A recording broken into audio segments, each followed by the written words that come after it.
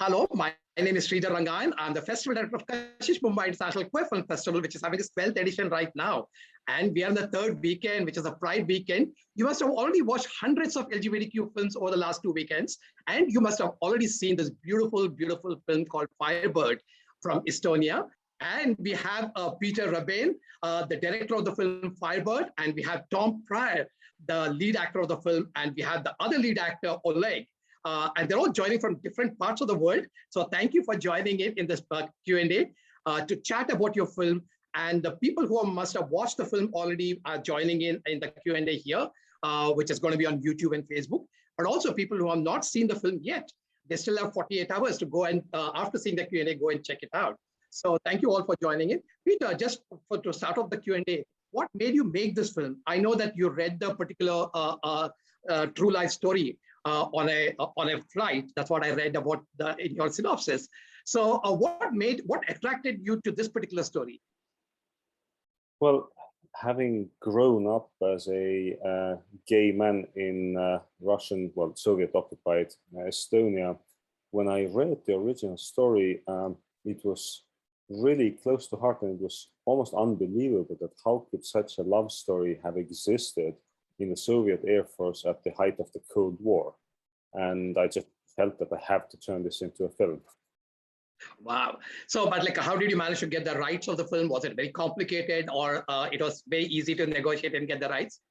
Well, actually, the best friend of Sergei, who Tom plays in the film, he was at Berlinale, and he was showing around the autobiography.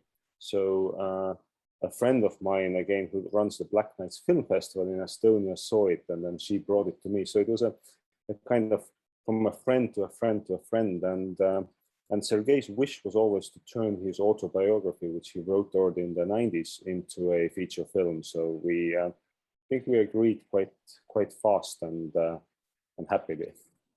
Right. And you also in the previous, what has been your previous work profile like? You've directed many extravagant shows, etc., if I'm not mistaken. Is this your first feature film, or you've already done feature films? Can you just let the audience know? Yes, that's my first feature film. I actually started out in music, and then I directed some music videos and live music concerts, and 2 documentaries also before coming to this. One of them actually was about following a young Buddhist monk in the mountains of Nepal. Wow. Okay. Right. So, congratulations. You made such a beautiful film, and it's a beautiful debut film per se. It's going to go a long way for sure. And Tom, how did you meet PEETER? Did you know him before, or is this your first collaboration with each other? How did he offer you this beautiful role to you?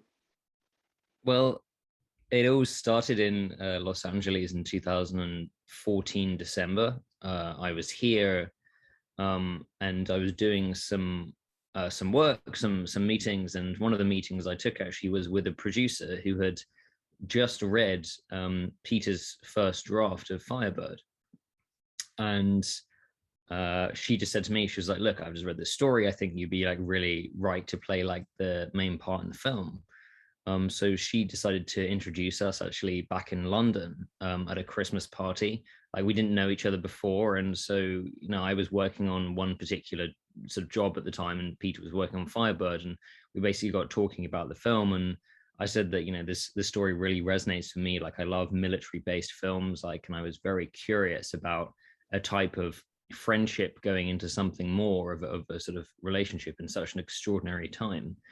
And so that really then was the moment where we agreed to shoot a teaser to help raise the rest of the financing, because this film is 100% privately and independently financed with the support of the Estonian government.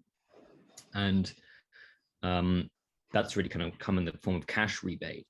And really then sort of what happened was that we shot the teaser, and we were like, okay, we got on super well making that. But I had rather surreptitiously made some suggestions on how we could improve the dialogues in the film, and then that really led to a couple of weeks of sort of restructuring and rewriting, and then that led to 2 years worth of restructuring, rewriting, going to meet the real Sergei in Moscow and to get to know him as a person, and really to sort of do justice to his story. So that's really how our kind of collaboration came together as the co-writers of the film, and then also, you know, the producers of the film as well. Yeah, I mean, I'm one of the things is like you're not from Russia at all, and I mean, the film is in English, but you have to kind of absorb the nuances, you know. So did meeting the real Sergei basically help you, or did you take parts of him, or you just improvised completely on your own, created a new character? Oh no, I mean, it is heavily influenced by the dear man that like we met and interviewed, and he was such a tour of force of love, like, and passion, and following his heart. And you know, meeting him was invaluable, and to really inform both like the playing, like, so I play Sergei in the film. I hope it kind of comes across in a way which, you know, he plays his heart very much on his sleeve after he's sort of like unlocked by this initial interaction with Roman.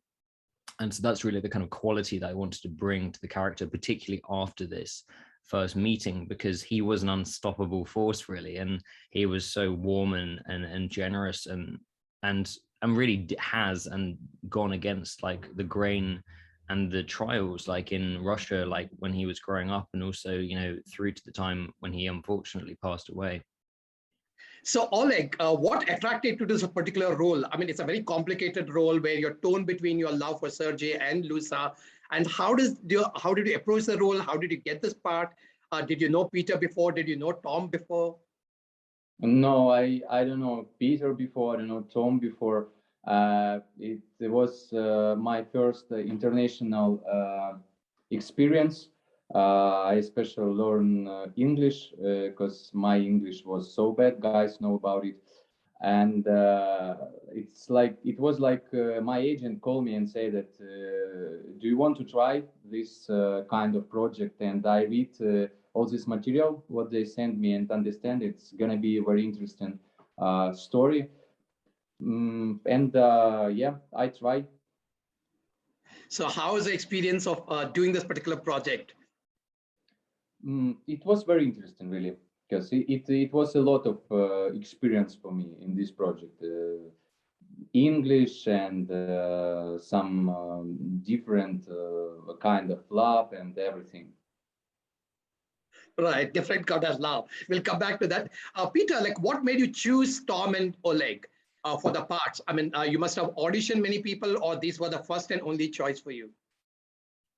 Well, as Tom mentioned, that we were actually introduced back in 2014 by a mutual friend, a film producer here from Los Angeles, and she had read my first draft of the film and then suggested it to Tom. So that's how we actually met at her Christmas party 7 years ago, and then we started working together doing this sizzle reel trailer for the potential financiers to raise financing for the film. And Tom started making comments on the script and some suggestions, and it turned out that we literally co-wrote and restructured the whole script for the next 2 years before it was really ready and good enough, I think, to go into production. So then we started the casting process, and we, from the beginning, made a promise that we will cast the best person for each role from around the world. So we had about 2,400, I think, castings, which was pretty mad. And after a few months, we really did not, we had found our Luisa, we had found some other people, but we didn't still have the Roman. And when Oleg walked in the room in Moscow, everybody was like, oh, that's our Roman. And as Oleg said, the only little issue was that Roman needed to learn English, but I think Oleg did an amazing job in those few months of really, going from very little English to being able to act in English. So. And also, like, I mean, Diana is supposed to be a very, very well-known actress. Was it difficult to get her on board or something? Well, fortunately, we didn't know that she's well-known. Okay. It was a very funny story, but that would be like half an hour story about dealing, like with the casting of Luisa. But she had actually a cold, and she did a self-tape, and we were all watching and like, this girl, like there's like, something interesting, but she just doesn't sound right. And our casting director, fortunately, had met her and was like, no, you absolutely should meet her. And when we did, it was also very clear that this is our Luisa. Yeah, the chemistry in the room was like really good, like from the moment actually that we met. And obviously there's this subtlety of this sort of sort of spoken about love between Sergei and Louisa in the film, and so it was it's somehow like it kind of bled through actually very like naturally from meeting her. So like when we finally got to Moscow, we were like, okay, it's a really similar feeling. Wow. Okay, Peter, your next question would be like, how complicated was it to recreate the era in which the film is placed? I know things must have changed in the locations you shot. How difficult was it? Also, it must have been very expensive to recreate the entire, and I've shot in so many different locations and such grand locations, the opera theater, the army base, the pilot base, and Moscow, everything is like so extravagant, Well, it was quite a challenging first feature as a debut, and it was quite tough actually, because fortunately Estonia is free from Soviet occupation for almost 30 years, and fortunately the Soviet army left in early 90s, so we don't really have the real premises, but we could find here and there still like a hangar here, a old barracks building that we fixed up there, and we used as much as possible really real locations that were used by the Soviet military at the time, which I think adds that layer of authenticity, that it's not a Hollywood film about Soviet Union, but it's actually set and filmed where the story took place. But it was a challenge, and I think we managed it thanks to our team, really. The amazing DOP, director of photography, Mike, who actually studied under Tarkovsky's DOP Yusuf in Moscow, and a lot of the other people whom I've worked with for 10 plus years already. Wow, but the DOP played a really important role, because really, as you said, like he recreated this extravagant look, and also I'm sure the production designer must have been a very helpful asset, because recreating that period must have been taken a lot of effort and detailing. There's so much of detailing which goes into recreating the period for sure. Yeah, we had actually ended up with 3 production designers, because we had 6 locations, and from everything from actually transporting real MiGs to the set to creating 120 Soviet Air Force costumes, like uniforms, and it was quite a big task thinking of it now. But I hope it comes across on the screen that really gives that backdrop for the story. Yeah, how I wish we would have screened this particular film in the real theater where we screen Kashish every year, and we screen at 1,200 Art Deco theater, old theater, and we pretty much fill it up, and everybody just kind of cheers and claps at every scene. I wish we would have done that, but unfortunately it's online still. Mumbai is still under kind of lockdown yet, but yeah, people will enjoy it online for sure in India. Tom, basically to ask you this question, did you kind of ever feel any hesitancy to play a gay character? A lot of actors in India basically have a lot of hesitancy taking up gay roles, because they feel that they'll be stereotyped from then onwards to only get gay roles. That's stupid, of course, but that's the kind of conditioning that actors have. Did you have any such preconceived ideas, or did you have any hesitancy in taking up this role? Well, I think there's many facets to answer the question, but at the end of the day, I'm a great believer that the best person like for the job should get the job. And I think that, there's a lot of talk about casting that should happen a certain way, like you should cast gay actors to play gay parts, and, but then unfortunately that everybody gets criticism if straight actors get cast to play straight parts. And do you know what I mean? And so it can kind of cause its own sort of problem. And I really believe that, like, deeply that it is our job as actors, like as a filmmaker as well, to basically cast the person and embody the role, and whoever does that the best, really, I think, should be given on merit, not on sort of background. But yeah, to sort of also answer how it is actually playing a part, there is a huge risk, of course, in playing a character which is, like, say, deemed outside of the norm. But that's always the case, you know. Even if you're making a film such as this, you can become under attack for making a film about a sort of a minority of people. But I strongly believe, again, that, like, by being that example of change and by taking on these kind of parts, you know, if people aren't honestly, like, mature enough or open-minded enough to be able to see beyond one role that you play, then I'd say that, you know, that's really kind of like down to the other people who kind of can't see sort of through that. I mean, at the end of the day, like, for me as an actor, it's always about finding the truth. And if I didn't feel that I could do the role truthfully for whatever the part is, I'd go, like, honestly, I wouldn't cast me. But, like, in this situation, I was like going, this is an amazing opportunity to be able to play somebody who lived so courageously, regardless of their sort of orientation and background, but somebody who basically dares to go after love. And I think when it comes down to it, and we can sort of strip down the sort of separation and the labels, that's really all that, like, love is. Like, love is love. And I really believe in sort of being an ambassador for being able to promote that as a way of just sort of taking on the roles which really resonate with your heart. Perfect. Like, I mean, that's really well said, and thank you for sharing those thoughts. Oleg, did you have any apprehensions about taking on this role of a bisexual person? I mean, you have a lot of intimate scenes with Tom's character, with Sergei. So did you have any apprehensions about it? Did you hesitate? What has been your feedback after you did the role? I just think about to do it better. When we start the project, I ask Peter to tell me every time if I will not do it like for 100%. I don't know, maybe they have to change me, because I want to be truth at first, because it's my job. And if I do not well, it's like doesn't have any sense for me. So I don't think really about it. But after that, I understand that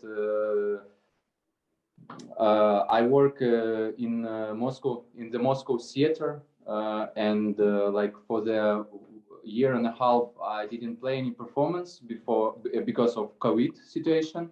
But now I think that if I will go to Moscow, is everything will be good with me, because because we have some resonance after Moscow premiere on the International Moscow Festival.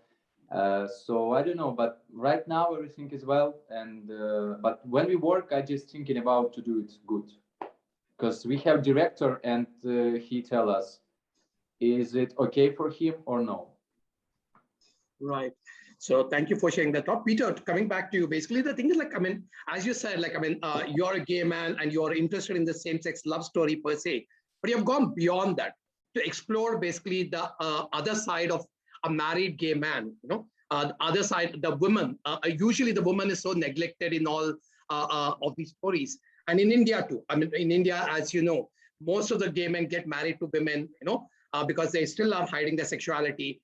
And there's no facility, nowhere this woman can reach out to. She's totally secluded completely and dependent on the husband completely, you know. So what made you kind of focus a lot of attention on this part of the story? Well, when we were writing the story with Tom, we really made a decision to put a lot of emphasis on Luisa's point of view, because if you think of the overall tragedy of those three characters, I think hers is probably even the highest, because she doesn't knowingly choose such a relationship. And obviously neither Roman nor Sergei can tell her because of the system and of the threat of 5 years in a hard labor camp in Siberia. So in a way, really, I think it's important to see the hopelessness and the dilemma that all the characters are in such a situation, because as you well said, in many LGBT films, women are kind of just a backdrop, like the smoke screen, and we never really see the film from that perspective. But Firebird really ends and starts. I mean, the first 10 minutes and the last 10 minutes is really the friendship, the story of the relationship between Sergei and Luisa, breaking down and changing because of the authoritarian system. So I'm very glad that you pointed that out. Thank you. So yeah, I mean, I really think that it's important to basically, I think when we make these films, it gets tagged as a gay film. And it just kind of goes, everybody tags it as a gay film. And so are you kind of apprehensive about this, or you just say, okay, I made this film, which is about love of different kinds. I mean, it's a love between a man and a woman and a man and a man. So, and friendships also, like, I mean, not just a love, but also friendships, you know. Were you apprehensive about your first debut film being tagged as a gay film? No, not at all, because I don't see it as a, let's say, quote unquote gay film. I see it as a universal story about love and the different challenges and the different forms that love takes. So I'm really glad to see how many women have come after the screenings. Like at every screening we've done, last was in Frameline in San Francisco, like middle-aged and older women come crying after the screening and sharing a story of how it reminded them how their husband cheated them with another woman. So, you know, a totally different story, but it's so glad to see, because it resonates, and it means we achieved something that is more universal than, you know, just one label. And at the story, at the heart, it's still a LGBT story, a gay love story between this young conscript and fighter pilot, but on a wider scale, it's much more. Yeah, true. I mean, like, that's something which, I mean, people kind of get scared about the labels and try to kind of avoid it, but you're taking it on, it's there. I mean, I mean, you're not getting away from that per se, but you're not embracing it because it's a universal film per se. Tom, so how complicated was it, all the lovemaking scene? There's so beautifully aesthetically done, of course. So how complicated was it? And did you and Oleg did you have to rehearse before? Did you have to form a chemistry? How did it all happen? Well, when it actually came to looking at the intimate scenes in the film, particularly, you know, at the writing level, it's always really important, like, for me to be able to look at, like, why they're there. Like, you know, if character is not really leading the intimate scenes, you're kind of making porn. And, you know, like, they can also have stories too. So I don't want to sort of, like, you know, put it to that level, but it's like, it's so important to make the scene about the characters and, like, where they are with what they're at. And then really, when it came to sort of choreographing the intimate scenes as well, again, that was kind of informed by the writing, but, you know, I kind of led the sort of, like, the way, as it were, on the choreography, because we wanted to, again, make it about love and, like, make it about, and, like, I mean, very specifically, we actually described it as we want to make the intimate scenes seem almost like this of souls merging together, less so about the kind of mechanics of the actual physical act, and more about, like, the intimacy. And that's really kind of, you know, why the focus is kind of much more around, like, the faces, but also, like, around, like, specifics and details of the body. I mean, Peter can say much more about that than I can, but it's just that, like, we deliberately chose to make it in a way that's about love. And a lot of women actually have said really nicely that it doesn't feel like they're watching, you know, what they would necessarily consider to be a lovemaking scene between two men. And, like, again, we wanted to really, like, create this sort of, like, universality in this intimacy, and how that can be done. And also, you know, when we were writing as well, like, I really wanted to go and do something that people haven't necessarily seen on film before. And I was, like, going, actually, well, what about if we set it in the sea?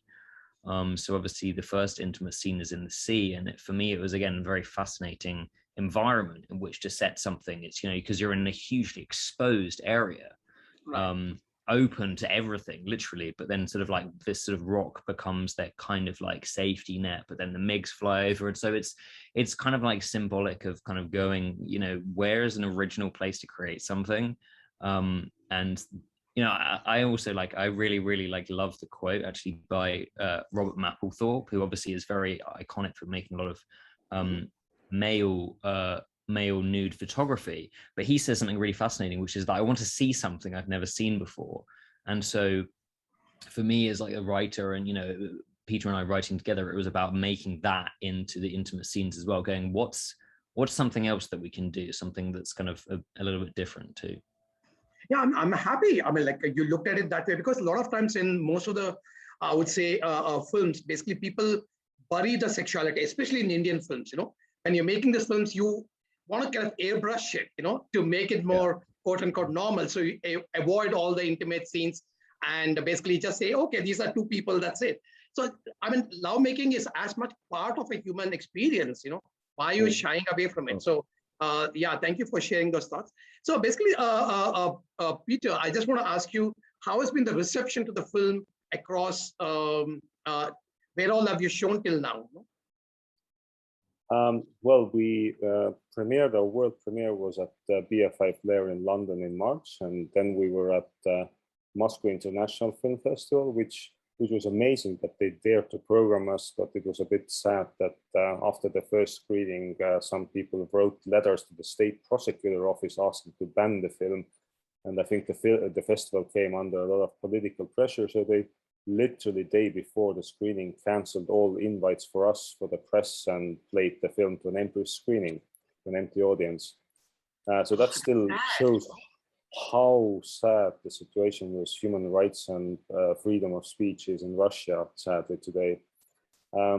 And then we went on and had our US premiere at Frameline in San Francisco at the historic Castro Theater. It's the best place to have your premiere, of course, with the historic Castro. It was amazing. It was the first time that actually me, Tom, and Oleg saw the film with an audience. So that was a very special screening. And next weekend it is playing here in Los Angeles at Outfest at Directors Guild, then in Mumbai. Yes. And then we have actually, and also in Austin, Texas. And then in September, we have a lot of festivals coming up in San Diego. We are the opening film. In Atlanta, we are the opening film. In Chicago, we are the opening film. In Mexico City, like huge amount of different festivals. As our festival booking agent Jeffrey says, he's expecting about 50 festivals by the end of the year. Wow, awesome! And so all three of you attended the Moscow the first screening, or no? They wouldn't. No, the screening didn't happen at all. You're saying? No, they wouldn't actually let anybody into the country because of COVID, which is probably a good excuse. Okay. So we are showing another film about the Russian LGBTQ community. It's a documentary film called A Worm in the Heart, directed by Paul Rice, a UK and US-based filmmaker. And it shows how complicated it is for LGBTQ persons in Russia, even currently, yeah, I totally understand that. So Tom, like, what are the feedback you've been getting for your film as an actor for Firebird? Well, it's honestly really heartwarming to hear actually how much the story is affecting people. It is honestly my my intention and belief, like as an actor and as a filmmaker, to create work which kind of creates greater understanding, creates dare I say, like healing and inspiration and an upliftment from seeing a film. And I've been really grateful to actually get like a lot of people write to me and say that how much the film has deeply like affected them, deeply moved them. And also a lot of people reaching out who actually are in a situation similar to sort of Sergei and Roman, in the sense that they're in countries where they can't be the free version of themselves, or it's even still illegal, and that actually the film as a whole has really offered them a level of comfort and a level of warmth. Like somebody actually described the film, they said they watched the film and it was like receiving a really big reassuring hug, like it's okay to be the way you are, it's okay to be like who you are. And that's been just honestly like the most honorable thing to receive, that actually if this film can really help people to embrace like daring to follow their heart, in our tagline, the film is like sort of risk everything and trust no one. It's just so beautiful to hear that the film does really deeply like move people on that level and inspire them to love a little harder and follow their heart a little more and give people hope. Right. Oleg, so what has been the reaction to you? Have you received very positive reactions to your role in the film Firebird? Yeah, sure. It was a very big surprise for me that a lot of people, it's like in the morning you open your Instagram or something and you read because people and what is really nice for me because people at first see love in this film, and like girls write me a message like heterosexual girls, they say that wow, thanks, it's we really think that this kind of people have to have his rights, and like I just understand after this after filming that just let's do the world where is everyone can be himself, you know, because he don't need to be somebody for mother or government or I don't know. Let's give him the chance to be himself, and that's all. So yeah, now I very happy that it works. It works now, like art in the work, you know. Right. Okay. So Peter, one of the last questions to you, basically, like, I mean, what made, I mean, as you said, like, what are the main message you want to give through the film? I know, I mean, it's an entertaining film. It's an entertainment per se, but you also, I'm sure, wanted to give a particular message. So what will be the one message which you want the audience to carry back with them after seeing Firebird? I think the most important thing for me is to actually open up a new perspective for people, to create more empathy and to realize that love is love, that people have fallen in love with others in all kinds of circumstances, in all kinds of times. And it is really destructive when a society or a government starts to impose moral norms and laws on love. And it's not destructive for everybody, not just those people involved. So I hope it creates, I hope Firebird creates a bit more understanding and compassion in the world. So thank you for sharing those beautiful thoughts. That's exactly the reason we love Firebird and the reason we are showing it in competition and in the Pride weekend. Thank you so much for your conversation today, Peter, Oleg, and Tom. Really appreciate this particular conversation. And we will know on September 5th, which is the award ceremony, who's going to win that competition. But all the people who are in the competition are winners already, but we will know on September 5th. So please join the award ceremony on September 5th on our YouTube and Facebook channels. And we totally understand and empathize with the situation in Firebird, because in India, though Section 377, which is which criminalized homosexuality, has been read down in September 2018, but the society is still unaccepting of a gay relationship. In metros, it's still okay, but in small towns and villages, it's more complicated to be a gay man or a lesbian woman or a transgender person. And we just hope that, like, we all are able to live in a world full of equality and dignity. And I hope that will happen soon. And we hope that, like, watching some of these films at Kashish will enable a new thinking. And that's the reason we hold this film festival every year. We hope that, like, it enables a new thinking where people will accept and embrace diversity in all its forms. So thank you, Peter, Tom, and Oleg for joining in. For sure. Thank well, you, I think and the credit for that goes to you as well, for you know, being able to campaign with these kind of festivals and, you know, sharing something. The more we see something, the more familiar it becomes, and the less alienating in theory it should be too. So thank you so much for everything you're doing. Thank you.